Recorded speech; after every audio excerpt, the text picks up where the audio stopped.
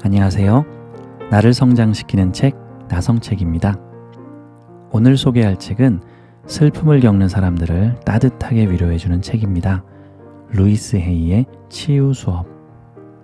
이 책은 상실로 인한 아픔, 이별, 이혼, 사랑하는 이의 죽음, 반려동물을 떠나보내는 슬픔, 불임과 유산 등의 여러 챕터로 나누어 슬픔을 겪는 사람을 위로하고 있습니다. 세계적인 치유의 힐러인 루이스 헤이의 따뜻한 위로. 오늘은 책 내용 중에서 반려동물을 떠나보낸다는 것, 이 주제를 요약해서 읽어드리겠습니다. 반려동물과의 이별은 사람과의 이별과 결코 다르지 않습니다. 슬픔은 삶의 자연스러운 반영이며 우리가 감정과 애착을 느끼는 모든 관계에 존재합니다. 우리는 모두 자신이 사랑하는 사람, 싫어하는 사람, 심지어는 증오하는 사람에 대해서도 애도합니다. 애착이 없으면 슬픔도 느낄 수 없습니다. 그런 맥락에서 우리가 삶에서 정말 애착을 갖고 있는 동물에 대해 슬픈 감정을 느끼지 않으리라 생각하는 것은 참 어리석은 것 같습니다.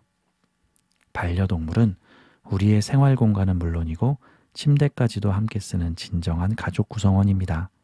그럼에도 동물의 죽음에 대해 슬퍼하는 사람들은 종종 자신의 감정에 대해 그리고 그런 감정을 다른 사람과 공유할 때 매우 신중한 태도를 취합니다. 다른 사람들이 그다지 중요하게 여기지 않는 일종의 박탈된 슬픔을 겪고 있다는 것을 본능적으로 알고 있기 때문입니다. 우리 주변에는 뭐 사람이 죽은 것도 아니고 그냥 동물이잖아요. 혹은 다른 반려동물로 새로 하나 사세요. 라고 말하는 사람들이 허다합니다. 실제로 반려동물의 상실로 인한 슬픔은 반려동물을 키우는 사람들만이 느끼는 것인 만큼 모든 사람들이 쉽게 인식하지 못합니다. 많은 사람이 가치 없는 것으로 여기는 슬픔 속에서 살아간다는 것은 어려운 일입니다. 하지만 슬픔은 사랑에 관한 것이며 우리가 경험할 수 있는 가장 헌신적이고 조건 없는 사랑을 보여주는 존재가 반려동물입니다. 그럼에도 우리는 종종 사회적 판단을 그대로 받아들이면서 이렇게까지 슬퍼해서는 안 돼 라고 생각을 하곤 합니다. 하지만 이런 생각이 주입될 때 우리는 우리의 진심을 배반하고 있는 것입니다. 사람들은 동물에 대해 매우 강렬한 감정을 느낍니다. 유머리스트인 윌 로저스가 한 천국에 개가 없다면 난 죽어서 개들이 갔던 곳으로 가고 싶어요 라는 말에 많은 사람이 공감하는 것을 보면 알 수 있습니다. 엘라의 이야기. 엘라에게는 오랫동안 반려동물로 길러온 셰퍼트가 있었습니다. 그 셰퍼트의 이름은 마늘이 나는 뜻의 갈릭이었습니다. 엘라가 열심히 씻겨주었지만 입에서 항상 고약한 냄새를 풍기고 다녔기 때문에 그런 이름이 붙은 것이었죠. 그렇지만 누구나 갈릭을 처음 만나면 그 아름다움에 반해 냄새가 그렇게 고약하지 않다고 말해줄 정도였습니다. 갈릭은 그 동네의 터줏대감 같은 셰퍼트였습니다. 누구든 외출할 때면 갈릭에게 안녕 갈릭 하며 인사를 했습니다. 갈릭이 나이가 들어 죽었을 때 엘라와 그녀의 가족은 어떻게 갈릭의 죽음을 동네 사람들과 함께 공유할지 고민했습니다. 갈릭이 어린애 장난감이나 테라스 의자처럼 동네에서 그냥 사라져야 한다는 것은 생각조차 할 수 없었습니다. 만약 엘라와 가족들이 갈릭을 잃은 슬픔을 비밀로 한다면 그녀의 가족은 몇 주, 아니 몇 달간 오다 가다 이웃들과 마주치게 될 것이고 보나마나 이웃들은 갈릭은 어디 있죠? 라고 물을 겁니다. 그러면 엘라와 가족은 갈릭의 죽음을 반복해서 설명해줘야 할지도 모릅니다. 엘라는 갈릭의 부고를 작성하고 사진을 첨부하여 모든 이웃에게 이메일로 보내기로 했습니다. 그녀는 우리 동네 지킴이 위원회가 가지고 있는 주민들의 명단을 사용했는데 반려동물의 부고를 알리기 위한 목적으로 동네 위원회의 명단을 사용하는데 반발이 있을 수도 있다는 약간의 우려가 있었습니다. 그러나 그녀의 가족은 다음의 확언을 마음에 새겼습니다. 우리는 우리의 슬픔을 이웃과 다정하게 나눌 거야. 놀랍게도 거의 모든 사람들이 그 소식을 따뜻하게 받아주었습니다. 엘라가 이웃집에 잠시 들렀는데 그곳 부엌에 갈리게 사진이 붙어 있었습니다. 엘라와 그녀의 가족들은 정말 많은 이웃들에게 갈리게 부고 메일에 대한 답장을 받고 다시 한번 놀랐습니다. 그 메일 중 하나의 내용은 다음과 같았습니다. 당신은 저희를 모르겠지만 우리는 갈릭에 대해 잘 알고 있었어요. 아이들을 학교에서 집으로 데려오면 매일 4시쯤 갈릭이 우리 집에 오곤 했죠. 우리는 종종 저렇게 다정한 개는 틀림없이 주인도 다정한 분일 거야 라고 생각했답니다.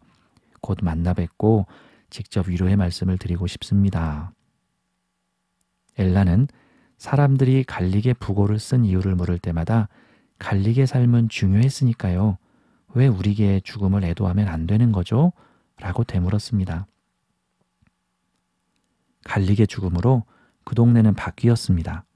어떤 사람은 갈릭의 장례식에 캐서롤을 가져왔고 또 어떤 사람은 파이를 가져왔습니다. 그들에게 갈릭은 사랑하는 사람과 다름없었습니다. 누군가는 갈릭의 이름으로 반려동물 자선단체에 기부하기도 했습니다. 깊은 친밀감과 따뜻함이 동네를 뒤덮었고 갈릭이 떠난 후에도 그 감정은 오래 계속되었습니다.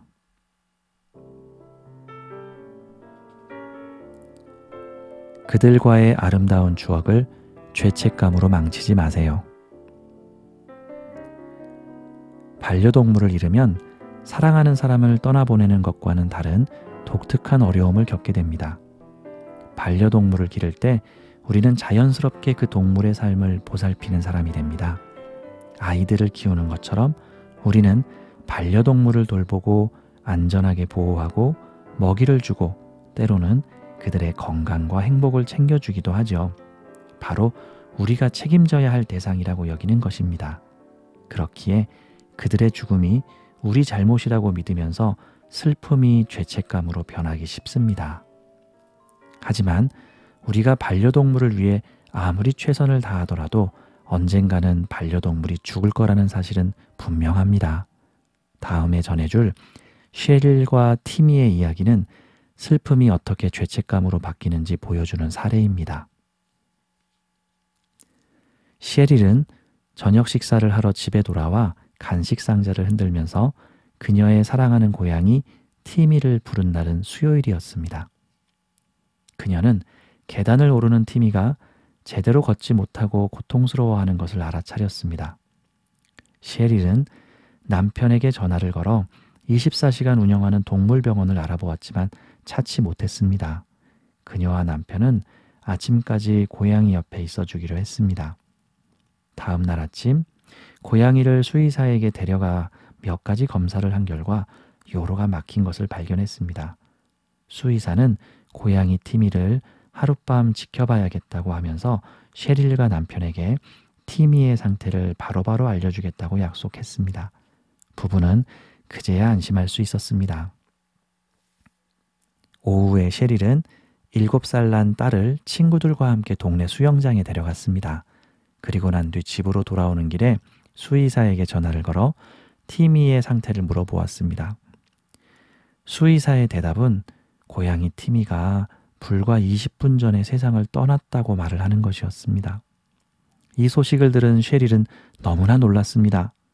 수의사가 휴대전화가 아니라 아마도 집에다 메시지를 남겼던 모양입니다. 그 충격으로 셰릴의 온몸에는 부정적인 생각과 반응이 가득 차올랐습니다. 그녀는 집까지 어떻게 운전을 해서 왔는지 기억조차 할 수 없었습니다. 집 안에 들어서자 셰릴의 몸은 그대로 무너져 내렸습니다. 어떻게 이런 일이 일어난 거지? 라고 그녀는 계속해서 자문했습니다. 조금 전 나의 사랑하는 고양이 티미의 작은 심장이 멈췄고 셰릴과 나머지 가족들은 엄청난 충격에 휩싸인 채 남겨졌습니다. 티미는 그들에게 한 마리의 고양이 이상이었습니다. 티미는 그들의 가족이자 친구였습니다. 이렇게 큰 슬픔을 경험하면 죄책감과 여러 의문점들이 거의 즉각적으로 떠오릅니다. 한밤중에 직접 차를 몰고 병원을 찾아 나섰어야 했어. 내가 왜 안 했지? 식단이 문제였을까? 우리가 음식을 잘못 먹였나? 우리가 준 햄에 반응이 늦게 나타난 걸까? 소금이 너무 많이 들어갔었나? 아, 티미가 물을 많이 마신다는 것을 왜 눈치채지 못했을까? 어떻게 티미가 죽어가는 동안 수영장 옆에서 편히 쉴 수 있었을까? 죄책감에서 비롯된 질문이 끝도 없이 셰리를 괴롭혔습니다. 가족들은 뒤뜰에 있는 나무 앞에 티미를 묻었고 셰릴은 그곳에 가서 명상을 하곤 했습니다. 어느 날 오후 그녀는 뒤뜰에서 티미에게 이야기하기 시작했습니다. 티미를 구하기 위해 더 많은 일을 하지 못한 것 같아서 얼마나 미안한지 모른다고 말해 주었습니다. 그녀는 이렇게 회상했습니다. 심호흡을 몇 번 하자 갑자기 차분한 느낌이 들었습니다. 그 순간 자신을 용서하세요. 당신은 잘못한 게 없어요. 나는 당신이 나를 얼마나 사랑했는지 알고 있고요. 내 영은 여전히 이곳에 깃들어 있습니다. 라는 티미의 소리가 들렸습니다. 처음에는 그저 환청이라고 생각했지만 만약 그게 환청이라면 어떻게 그렇게 평화로운 기분이 들었을까요? 나는 티미가 그동안 내가 느꼈던 죄책감과 분노를 놓아주도록 도와주었다고 믿고 있어요. 셰릴은 티미로부터 메시지를 받은 후 이렇게 말했습니다. 제가 느끼는 슬픔은 실제로는 축복이었지만 그 당시에는 전혀 깨닫지 못하고 있었어요. 나는 삶의 의미를 잃어버렸고 주변에 사랑하는 사람이 있다는 것을 당연하게 여기고 있었습니다. 생명이 얼마나 소중한지 잊고 있었던 거죠. 슬픔은 우리 모두를 더 가깝게 만들고 우리를 더욱 단단하게 결속시켰습니다. 나는 마음에서 마음으로 이어지는 조건 없는 사랑의 선물을 받았습니다. 그것이 인생에서 가장 중요한 사랑입니다. 따라서 우리가 조건 없이 티미를 사랑했듯이 사랑하는 사람을 더 곁에 두고 사랑해야 합니다. 셰릴은 다음과 같은 긍정 확언을 추가했습니다. 나는 나 자신을 용서하고 우리 모두를 자유롭게 해줄 거야. 나는 티미가 우리에게 준 조건 없는 사랑에 집중할 거야. 며칠 후 셰릴은 몸이 한결 가벼워지는 것을 느끼기 시작했습니다. 그녀는 티미가 영원히 그녀의 가슴속에 자리할 것이며 천국에서 다시 티미를 만나게 되리라 믿고 있습니다. 우리는 사랑하는 사람과 헤어진 순간 못지않게 반려동물을 잃었을 때에도 자신의 생각에 집중해야 합니다. 우리는 우리의 선함과 진정한 정체성을 상기하기 위해 긍정 확언을 사용합니다. 그런데 반려동물은 우리의 정체성을 잘 알고 있습니다. 그것이 그들의 사랑을 조건 없이 만드는 것입니다. 반려동물을 잃은 슬픔에 빠져서 우리는 고양이가 물을 너무 많이 마신다는 것을 알아차리지 못한 이유나 건강에 해로운 간식을 주는 것이 얼마나 어리석었는지를 되돌아봅니다. 하지만 반려동물이 종종 해로운 간식을 받아먹었다고 죽지는 않습니다. 여러 날 물을 제대로 먹지 못했다고 죽지 않습니다.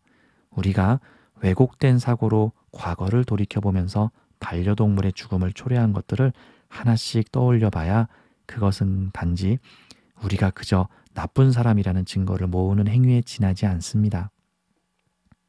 티미는 셰릴에게 다음과 같은 진실을 일깨워 주었습니다.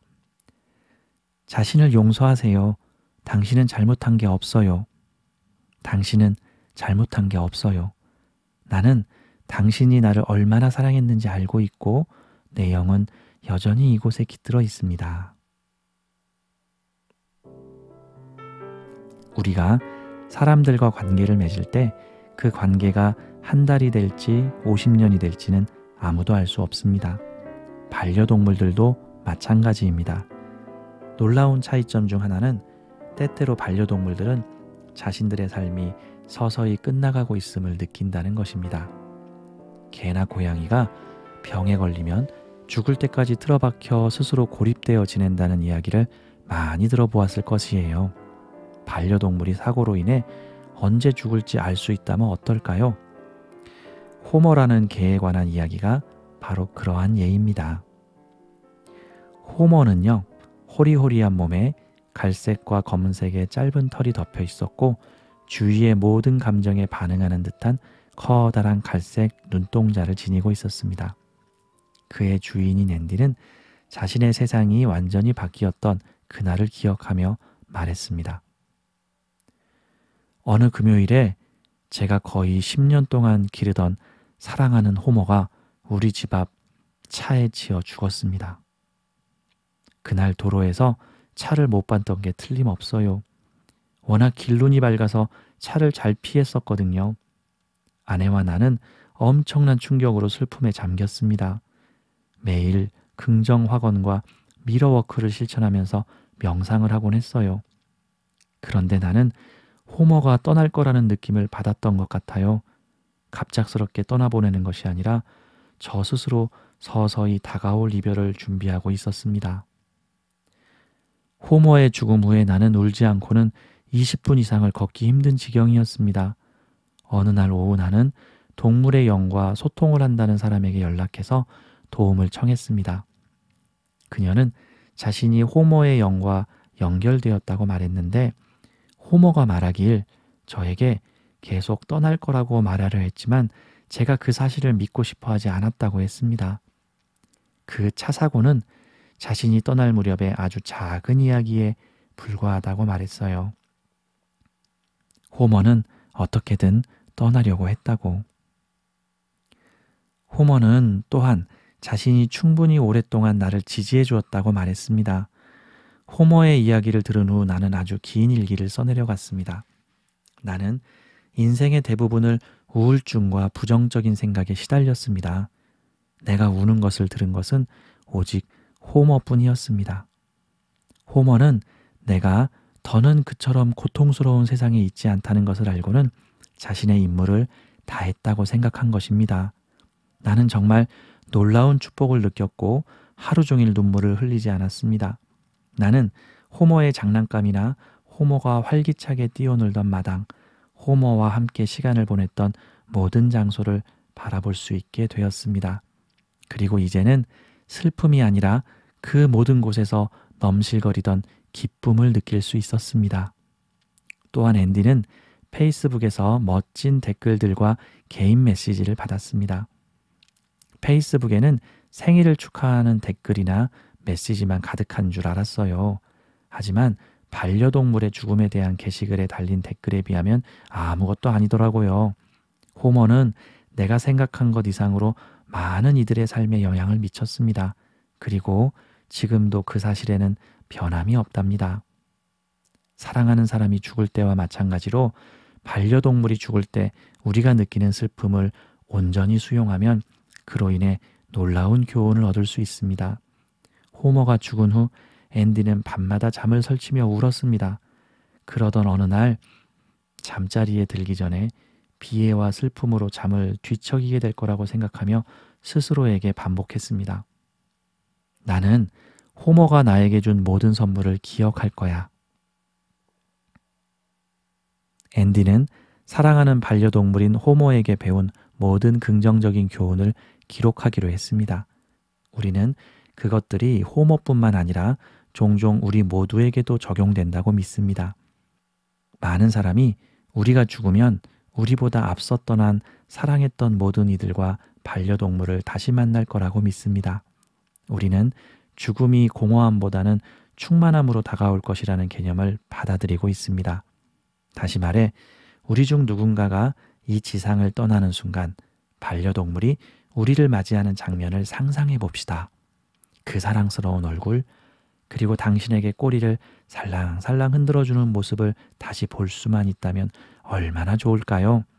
여기저기서 반갑다고 짖는 소리, 야옹거리는 소리, 지저귀는 소리, 끙끙대는 소리, 킁킁거리는 소리 등 온갖 사랑스러운 소리가 들립니다. 우리가 죽으면 도착하는 그곳은 얼마나 사랑스러울까요? 나는 나의 반려동물이 내게 남겨준 모든 선물을 받아들일 거야. 나는 우리가 공유한 모든 경험에 감사해. 나의 귀여운 반려동물은 항상 내 사랑에 둘러싸여 있을 거야.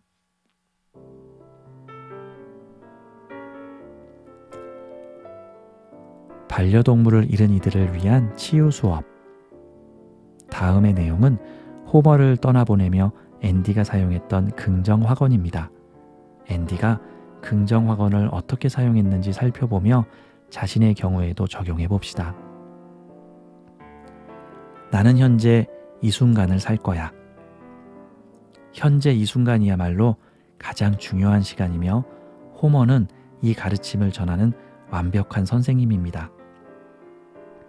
호머는 매일 아침 침대에서 뛰어내리며 그날 하루를 간절히 바라고 준비했습니다. 그는 결코 원한을 품지 않았고 과거에 갇혀 있지 않았죠. 호머는 오랫동안 못 만난 친구를 만난 듯이 매 순간을 소중하게 맞이했습니다. 나는 모든 것을 처음 경험하는 사람처럼 살 거야. 호머는 매일매일의 식사와 간식, 산책, 그리고 사람들을 넘치는 활력과 흥분, 그리고 기쁨으로 대했습니다. 그의 에너지와 열정은 전염력이 있었습니다. 모든 것이 축복이었어요. 호머는 생에 대한 열의가 대단했습니다. 나는 내가 원하는 것을 요구할 거야. 호머는 자신의 요구를 표현하는 데 달인이었습니다. 호머는 앉거나 응시하거나 조르거나 침을 흘리곤 했습니다. 자신이 원하는 것을 얻는데 필요한 것이 무엇이든 한 번도 실패한 적이 없었습니다. 호머의 인내와 끈기는 실로 놀라웠죠. 사람들은 항상 그에게 굴복하고 선물을 주고 쓰다듬거나 함께 공놀이를 즐기곤 했습니다. 나는 조건 없는 사랑을 주고받아. 사랑을 주고받으십시오. 사랑을 이어주는 연결 통로가 되어보세요. 호머는 다른 개들도 좋아했지만 사람들을 정말 사랑했습니다. 특히 코를 대고 킁킁거리고 사람들 냄새를 맡는 것을 아주 좋아했습니다. 산책 중에 낯선 이가 쓰다듬어 줄 때만큼 호머의 눈빛이 반짝거리던 때는 없었습니다. 나는 다른 사람이나 나 자신을 판단하지 않아. 자기 자신이나 다른 사람을 판단하지 마십시오. 대부분의 시간 동안 호머는 그야말로 진정한 불교의 선의 달인이었습니다. 너무나도 친근하고 느긋하고 편안했습니다. 호머는 모든 사람을 받아들였고 또한 그 누구도 변하기를 원하지 않았습니다. 호머는 모든 사람을 받아들였고 또한 그 누구도 변하기를 원하지 않았습니다.